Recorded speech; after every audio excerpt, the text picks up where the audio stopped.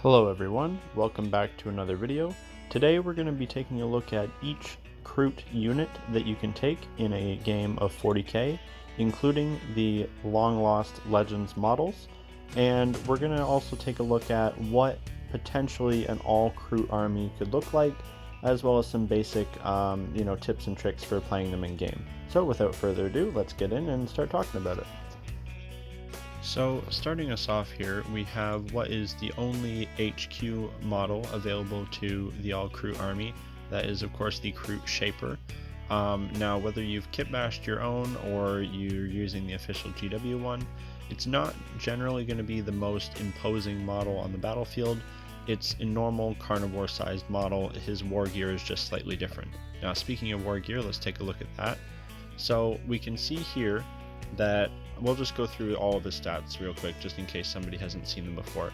We've got a movement of 7 inches, weapon skill 2+, ballistic skill 4+, strength 4, toughness 3, 4 wounds, 3 attacks, leadership 8, save of 6+. Now as far as war gear, he has the ritual blade, which is +1 strength, -1 AP, 1 damage. So he gets up to strength 5 with that knife of his, which, you know, for just a little support character isn't horrible. The AP one is kind of not so good these days with Armor of Contempt, but I mean it's there and it's good against some factions. For shooting, he has a Shaper Kroot rifle, which is rapid fire 2, strength 4, -1, damage 1. So it's kind of like a master-crafted version of the original Kroot rifle. Now he does have ambushing predators at the bottom there, and that is a rule across all of the Kroot models in the current codex that allows them to have a pre-game move of 7 inches. And the normal it can be with the 9 of an enemy. So that's pretty good, and it allows him to keep up with the other models in the faction, which was something that he previously kind of struggled to do. Now, as far as abilities, he has Stealthy Hunter. Each time a range attack is allocated to this model while it is receiving the benefits of cover, add an additional 1 to any armor saving throws made against that attack. So basically, if this guy is in cover, he's going to have a 4+ save instead of a 6+. It's not amazing, but it's something. He then has 2 aura abilities. He has the Shaper Commands aura. While a friendly Kroot unit is within 6 inches of this model, each time a model in that unit makes an attack, reroll a hit roll of 1. And then he has the Wisest of their kind.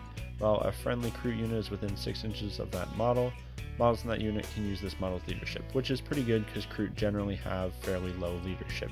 The rerolling once to hit is also not a bad buff for Kroot. But GW has actually thrown us a bit of a bone with this guy, and we can actually give him some stuff that makes him a little bit better. So first off, you have the first of 2 relics you can give a Kroot Shaper. You have the Boar Throd Gland. Kroot models only once per battle in your command phase. The bearer can use this relic, and if the model does, the bearer gains the follow ability. Alien Glands aura. While a friendly Kroot unit is within 6 inches of this model, add 1 to the attacks characteristic and add 1 to the strength characteristic of models in that unit. So that is a pretty substantial buff to say a unit of Kroot carnivores. It would put them up to strength 5 and 3 attacks each, which on a big blob of Kroot, potentially 20 models, you're now looking at 60 attacks, strength 5, AP 1. It's certainly not nothing. It would obviously be better if it lasted all game. And so for my personal preference, I like this other relic a little bit better just because it's cool, and you can make a model out of it, which is a Relic Kroot rifle. As you can see here, it's called the Kachak Tar. It's rapid fire 2, strength 5, AP 2, damage 2, and it's a sniper rifle. It ignores Lookout Sir, and on a wound roll of 6, it inflicts 1 mortal wound in addition to any other damage. So not a bad little rifle. A Kroot Shaper is an extremely cheap HQ. I believe he's 25 points. So you figure if throughout the course of the game he kills, say 2 Space Marines with that, he's made his value back. Now, we also have a choice of 3 Warlord Traits for our Kroot HQ. We have Master of the Hunt. While a friendly Kroot unit is within 6 inches of the Warlord, each time a model in that attack makes a ranged attack that targets a unit within 12 inches, the target does not receive the benefits of cover. Meh, it's okay. It could be situationally good, I guess. While a friendly pack leader, while a friendly Kroot is within 6 inches of this warlord, each time you make a charge roll for that unit, roll 1 additional dice and discard 1 of the dice. Now, this one I could see being used a little bit more. especially if you're trying to sling a big unit of carnivores onto an objective to take it away, or just get a unit of hounds way up into the enemy lines and cause some disruption. That extra dice could actually really make a big difference. And then last but not least, you have Nomatic Hunters. While a friendly Kroot unit is within 6 of this Warlord, each time a model in that makes a ranged attack, if that unit did not fall back this turn, it counts as having remained stationary during its previous movement phase. Now, this is okay, and again, it could come up. None of these buffs are crazy, but it's better than nothing, which is what we had before. So I think all in all, the Kroot Shaper, pretty solid little HQ for your Kroot forces. He is nothing crazy, which is kind of the theme of the Kroot, but he's okay, and I think for his points, I think he's worth it, and I certainly think he could get his pretty meager value back, especially if there is a lot of Kroot around him, which he can give those little buffs to. Now, moving on to what is probably the bread and butter of the Kroot army, that is the humble Kroot Carnivore. Despite being a pretty old kit, I think it is actually really well made. The detail I think is very good. There's a lot of posability and options, and it's also very easy to kit bash and come up with some more unique models if you want to. Now you can take these guys in units of 10 to 20. I usually prefer the smaller groups of 10 and just more of them. But I mean, if you're really looking to get the most out of your Kroot models and you want to stack up just big blobs of 20 and layer as many buffs as you can, they could certainly do some damage. Now how that would work as far as blast and morale and whatnot could be kind of rough that way too. So we'll take a look at their stats. So they have the Kroot Pack ability. If your army is battle forged, then each Kroot Carnivore's unit in a detachment can also take up to 1 Krootox Riders, Kroot Hounds, and Kroot Shapers. So basically, you get free slots for the other Kroot units for every Carnivore unit in your army. If you're doing an all Kroot army, this doesn't really matter because your Shapers are going to be your HQs anyway, and your Krootox is going to be your elites, and so on and so forth. They also have the Stealthy Hunters ability, which was the same for the Kroot Shaper, which is just that you're adding an additional +1 to any armor saves made while they're in cover, which on a unit with a 6+ save is kind of essential. They are armed with the Kroot Rifle, both for melee and shooting, and it's essentially the same. For each Carnivore, you're going to get 2 attacks. They're going to be Strength 4, -1, Damage 1, Shooting, Rapid Fire 1, Strength 4, no AP, and Damage 1, and it's 24 inch range. So it's essentially a bolter, or an old bolter. They also now have Quill Grenades, which are basically just a frag grenade. They are 6 inch range, D6 shots, Strength 4, no AP, 1 damage, which, I mean, better than nothing. And then last for rules, they do also have the Ambushing Predators rule, which all Kroot now have, the pre-game move up to 7 inches. Now for stats, they are Movement 7, Weapon Skill 3+, Plus Skill 4+, Strength 4, Toughness 3, 1 wound, 2 attacks, and Leadership 6. Now, the profile is nothing that impressive, but what is impressive is just how cheap it is. For in my opinion, the pre-game move alone is basically worth it for the 6-point cost on this model. They move 7 inches base plus a 7 inch pre-game move. You're moving a minimum of 14 inches with these guys if you want to on turn 1. They're obsec. You can take them in big blobs if you want to. They are now pretty decent in combat. Like, they'll fuck up some guardsmen if that's what you're trying to do. So in my opinion, the sheer volume of them you can get for the price makes them a more than solid unit in my opinion. Like, I think even like competitive cow lists take Carnivores just because of how cheap obsec bodies they are, and in a pinch they can do some melee damage. Like I said, if you're able to layer some of those buffs up, whether it's from a Shaper or one of the Stratagems we'll talk about in a moment, they can do surprisingly well, and just incredibly cheap at 6 points a model. And I know the new update came out, and I believe it was a rumor that they were going to get a points hike, but they never did, so good for us, Kroot. Now, moving on to probably the second most loved model in the Kroot range, the mighty Kroot Hounds. Now, these guys fill a kind of similar role to the Kroot Carnivores in that they are extremely fast, even faster than the Kroot Carnivores in fact. But what's really cool about them is the unit size. You can take these guys down to a unit of 4, so you'll be not worrying about that blast, you know, for having 6 models or more, but you can go all the way up to 12 with them if you want to. My opinion, stay below 6, 4, 5 models in a unit and just have 3 of those zipping around the board. They are super fast, they're super annoying. No, they're not going to kill too much, but they are just really good for screening, for grabbing back objectives, for sneaking around the board, and just being really annoying. It's also a little bit of a distraction for your opponent to just have these little blobs of guys, you know, all of a sudden running all over the place. I find them invaluable in my games. So let's go through their stats real quick. So they have the Stealthy Hunters again, which we've already talked about, but they also have Voracious Predators. You can reroll advanced rolls and charge rolls made for this unit. Okay, that's a pretty solid little rule, and keep in mind these guys are also extremely cheap, just like the Carnivores. They have movement of 12, plus that 7-inch pregame move. They are weapon skill 3+, obviously no gun, strength 3, toughness 3, 1 wound, 3 attacks now, leadership 5, save of 6+. So not quite as durable as the Kroot, I guess, because they don't have that extra armor save when they're in cover. And they actually have more attacks, lower strength, they still have the AP, and they reroll advanced and charges innately. That's actually quite a lot. That's quite generous for 6 points a model. We're talking about moving a minimum of 19 inches on the first turn. That's pretty solid, and I think whether you're an all Kroot army or you're a Tau army, you would be doing well to take a couple units of these little guys. Now on to the biggest, heaviest hitting Kroot unit in the current Kroot range, not including the Legends models, which we'll talk about in a moment. We have the Krootox Rider.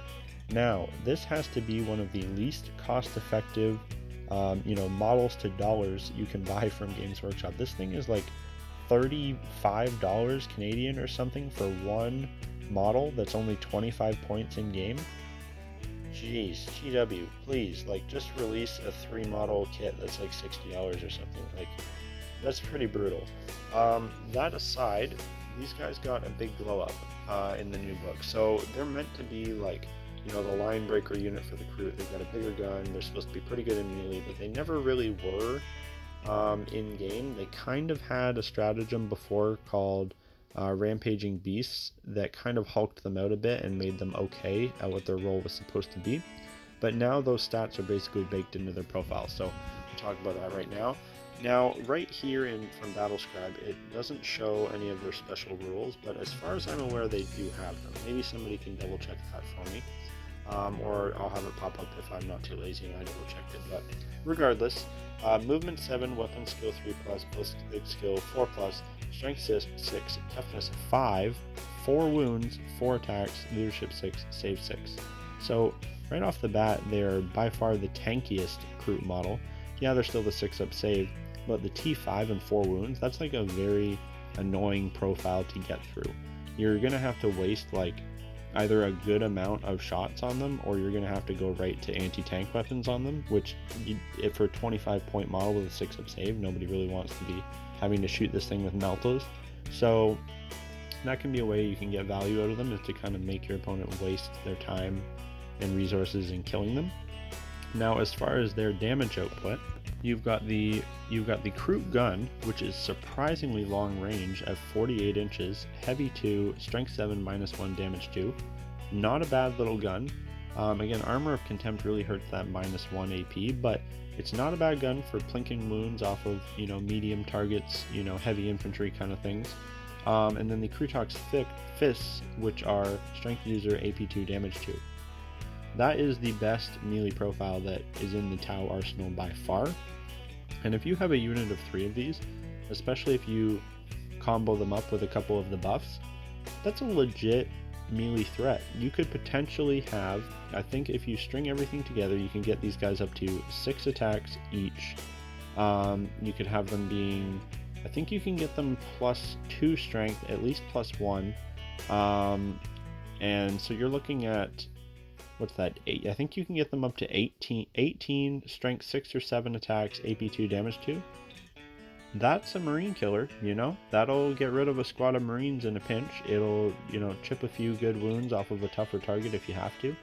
And in an army that generally doesn't have anything substantial as far as melee, whether you're Tau or Kroot, it's kind of what you need. So I think that having 3 units of these guys, especially if you're trying to do the all Kroot army, I think it's definitely worth it to mix in 9 of these with your big carnivore blobs and use them as kind of like your brick around the corner, you know what I mean? Like, protect them as best you can, hide them as best you can, because you want the enemy to get close to them and then they just kind of pounce. Use them as kind of like a bodyguard unit. The gun is quite long range, so you're pretty good to sit back on a back objective, and if you do have to move up, they are reasonably fast as well. So alright, so here is the moment you guys have probably all been waiting for. We're going to now talk about the Legends options for Kroot. So for people that don't know, the Kroot used to have more options that were available from Forge World. So you had these smaller guys here called the Gnarlock Riders, and then you had the bigger guys that were called Great Gnarlocks. And these used to be, models that Games Workshop produced through Forge World, fully usable in game, whatever. They discontinued them a while ago, but what they did do was fairly recently made some Legends rules for them. So they have reasonably up-to-date rules, so you can use them in friendly games, you just can't take them to tournaments as far as I'm aware. Unfortunately, when they updated they released the new Tau book, they kind of goofed up, and I'll explain that in a moment. First, we'll go through the stats. So here we have the Gnarlock Cav. They have the Loping Stride, which each time this unit advances, do not roll a dice, instead you just add 6. Okay, that's cool. We have the Thunderous Pounce. Each time this unit fights, if it made a charge move this turn, then when the fight is resolved, add 1 to the strength and attacks characteristics of models in this unit. Okay, that sounds pretty good. They have a movement of 7, weapon skill 3+, ballistic skill 4+, 3 and 4, that seems to be the standard for our all Kroot models. And then we have a strength of 3, toughness 4, wounds 4, attacks 1, leadership 6, save of 4+. Kind of an odd profile there, because you've got like the strength of a Kroot Carnivore with a little bit higher toughness, with the wounds of a big thing, only 1 attack, and then a better save. And so it seems like the stats are a mix of what the rider would have and then the actual mount itself. A little bit weird. So when this thing fights, you've got the Gnarlock Beacon Talons, so this would be the mount. Strength +2, so strength 5, -2 damage 2, and each time the bear fights, it makes 2 additional attacks with this weapon, and no more than 2 attacks can be made with this weapon. Now, the reason the wording on that is important is because of the ruling for the Thunderous Pounce keyword, ability there. So the way it's worded, that extra +1 strength and attack doesn't apply to the Gnarlock itself. And so when you're using that ability, it only applies to the rider's profile, which as we see is only strength 3, 1 attack, and then he would use the Kroot rifle, which is strength user -1 damage 1. So he would go up to strength 4 and 2 attacks. So in total, you'd get 2 attacks with the beak and 2 attacks with the rifle on the charge, and then you get the rifle and shooting as well. So all in all, honestly, it's kind of an underwhelming unit, and I'm someone who has 6 of them, and I bring them in almost every game. But I can say, hands down, the Krootox is much better than the Gnarlock if you have the choice between the two. Obviously, if you're playing an all Kroot army, you probably don't care, and you just want to bring all your cool Kroot models, and that's totally fine. But just in my opinion, unfortunately, they didn't update these Legends models anymore, and the Krootox just does what these guys do better. They are tougher. In some ways, they're pretty much as fast. Their gun is better, and they fight better. So, it is what it is. But it's just another cool Kroot unit that you can bring to have a more diverse all Kroot army. Now, everything I just said, record scratch, whatever, it does not apply to the Great Gnarlock, and we'll get into that right now. So the Great Gnarlock is the biggest Kroot model that GW ever officially made. It's been compared in the lore to like a dodo bird T-Rex, a bird T-Rex type creature, and it is one of the goofiest but also like coolest, funnest models I've ever seen from Games Workshop. and as soon as I saw it, I immediately wanted one, and unfortunately I was too late and they were discontinued, so I had to settle for 3D printed versions, which were honestly probably better. Now this guy, head and shoulders above his smaller cousin. Everything I said that the other one was lacking, this guy has it. He is the biggest, baddest Kroot you can have, and his rules actually do represent that. Now, does that mean he's a good unit? Honestly, for his points, I think he is, but in a way that might kind of be contradictory to what I said. He's not going to just run in there and win you the game by just smashing units left and right, but for his points, he is very good. So let's take a look at his stats so you can see what I'm talking about. So he also has the Loping Stride rule, but what's more important is he has the Crushing Strike. So each time he makes a charge, you roll a dice, and on a 4 to 5, the enemy suffers D3 mortal wounds, and on a 6, they suffer 3 mortal wounds. So right off the bat, that is a pretty strong ability to have. 50-50, the opponent's taking at least some mortal wounds. I'll take it. That's a pretty cool ability to have. Then as far as stats, and keep in mind that this guy is only 65 points, so pretty dirt cheap. He's movement 7, weapon skill 3+, ballistic skill 4+, strength 7, toughness 6, 9 wounds, 4 attacks, leadership 6, saber 4+. What he's armed with base is the Great Gnarlock Beacon Talons, strength user -4, 3 damage. So 4 attacks hitting on 3s, strength 7 -4 damage 3. That's a pretty meaty profile on an only 65 point model. And it gets better than that because he has another choice of war gear to add to that. Plus he has the mortal wounds from charging in potentially. So base, he has the baggage harness, which is a buffing aura that gives Kroot models around him exploding 6s to hit. Which I think if you had hit one of them, maybe nestled in amongst 3 units of Krootoks and maybe 1 unit of Kroot Carnivores, you could get some decent value out of that ability. Kroot shooting is nothing too crazy, so it's honestly not the one I would go with, but it's certainly not bad. And you don't have to pay any points for any of these other war gear options, so whether it's this or the ones coming up, they're all free. So this model is 65 points base no matter how you load it up with. Now, the other weapon options are this here, which is the twin Kroot gun. So this is supposed to be like 2 of the Krootoks guns strapped together, but this is their old profile. So when the Krootoks gun got updated in the new Tau Codex, they didn't update this one. It's still 48-inch range.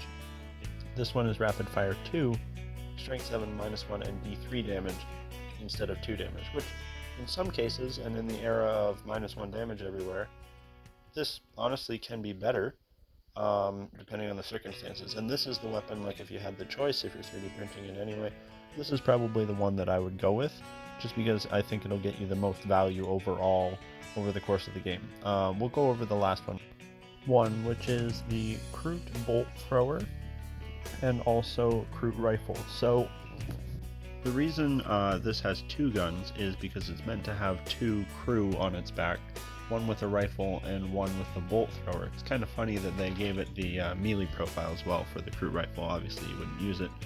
The Kroot bolt thrower is okay. Assault 6, strength 6, -1 damage 1.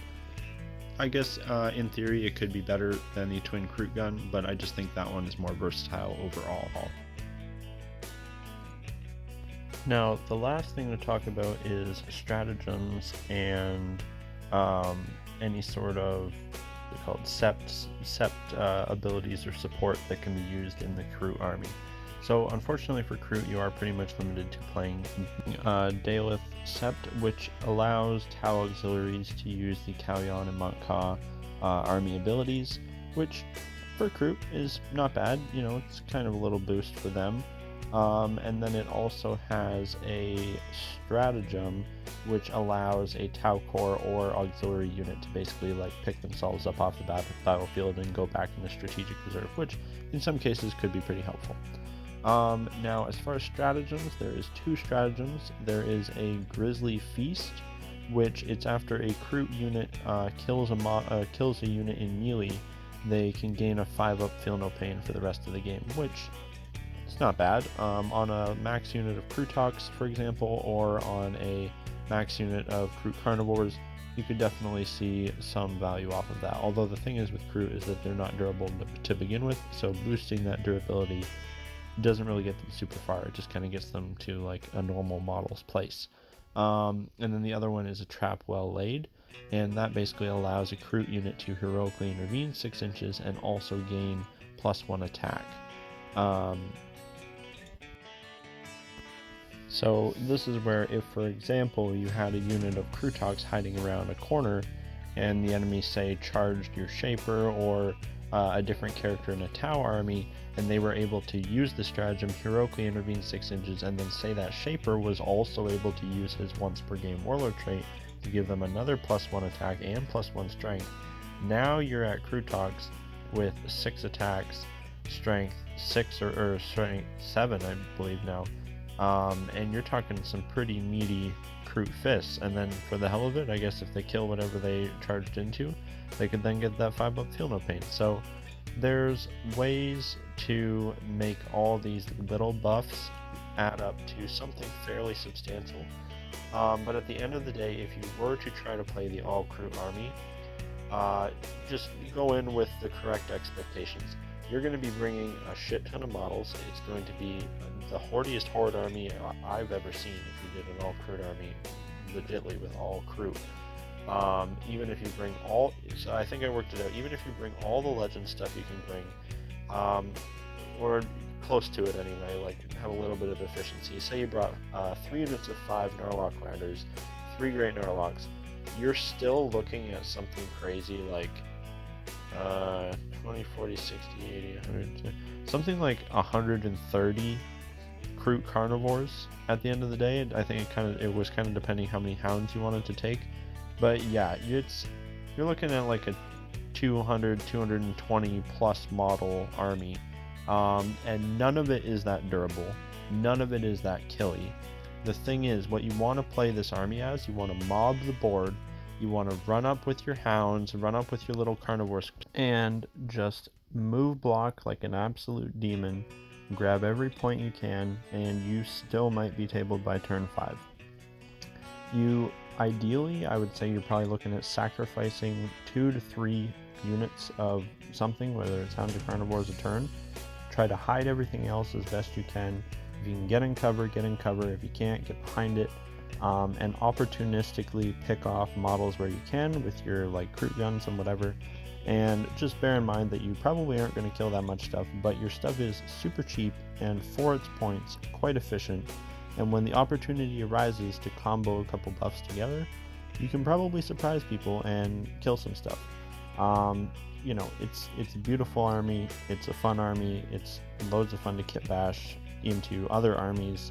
I don't know if it's a great army, you know, but I certainly do think that some of the models are great in there.